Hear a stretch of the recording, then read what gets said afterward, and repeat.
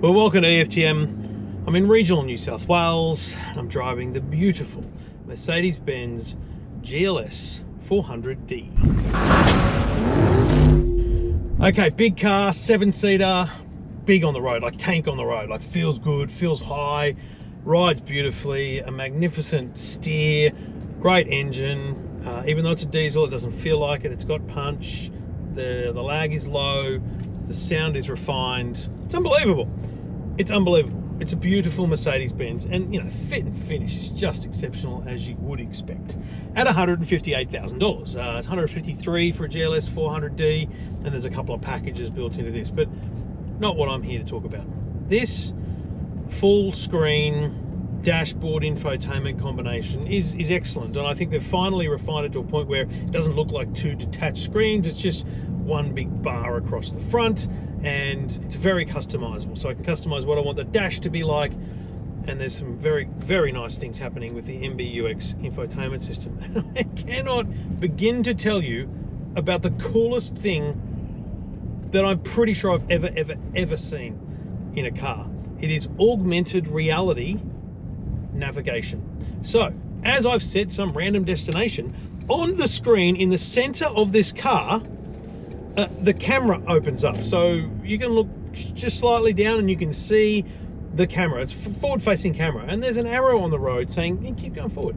But when you get close to the intersection, the street sign for that street appears on the screen, and then arrows appear telling you which way to go. It is a brilliant augmented reality experience. I'm blown away. I really am. I didn't even know it existed. And then I sat down, we were mucking around with it, and wow. I mean, it is a great way to navigate. Now, a couple of things. You got to look down at the infotainment system.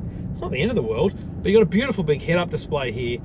I just wonder whether their next generation is to muck around with actually implementing it into the head-up display. And that is being stupidly picky about the idea of how this could work in the future. But in terms of in-car built-in navigation, it is the coolest thing I've seen, and frankly, in terms of in-car technology, I don't think I've seen anything better. I think the implementation is beautiful. I think it is reliable. It is accurate. Yeah, it's an absolute winner. Now, the Mercedes has this situation where you can summon, as I just have, Mrs. Mercedes, and she'll talk to me. She'll ask me what I want. She's listening to me now thinking, what's he want? What is this guy talking about? But honestly, given that you're going to use Apple Carplay, I don't need you. Thank you. You can be quiet. What can I do for you? Nothing right now, but thank you. She's very responsive, but she can take you to the navigation. Actually using her for setting navigation is brilliant. Works really well. You know, tuning the radio, doing different things. It's very good, but as an Apple CarPlay user, I'm just going to use Siri for searching for songs and things like that. So I'm kind of like, do we need to worry about that? But it's voice control, and it is probably one of the best inbuilt voice control systems you'll get in a car, because it's responsive. It just works. So very impressive. I love the dashboard because it's fully customizable in terms of what you want in which dial, and that works really well.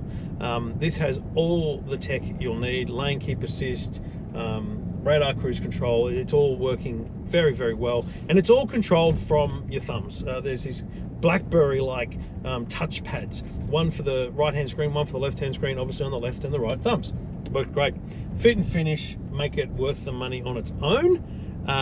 Technology-wise, it's something to behold and something to be seen. They've done a very good job improving and building on the MBUX system over many years. It's been around for a couple of years now, and I think that navigation should be entered into awards worldwide. It's just phenomenal.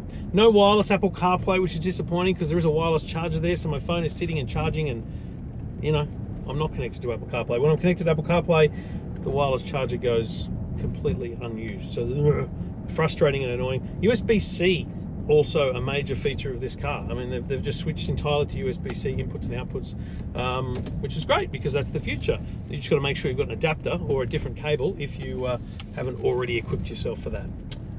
It's a great ride. It is, you know, not cheap, but sound system's epic. There's apparently a hot stone massage. I haven't found that yet, and that's probably the biggest thing to know about this car. As someone who's driving it for a few days, it's a lot to take in. If you were to buy one of these, I would want a 1 or 2 hour training session, and then I'd want to go back in a month and get a refresher course, because there is a lot to learn about this car and this whole infotainment and navigation and control system that is MBUX and more. So a great car, full details, more photos at EFTM.com.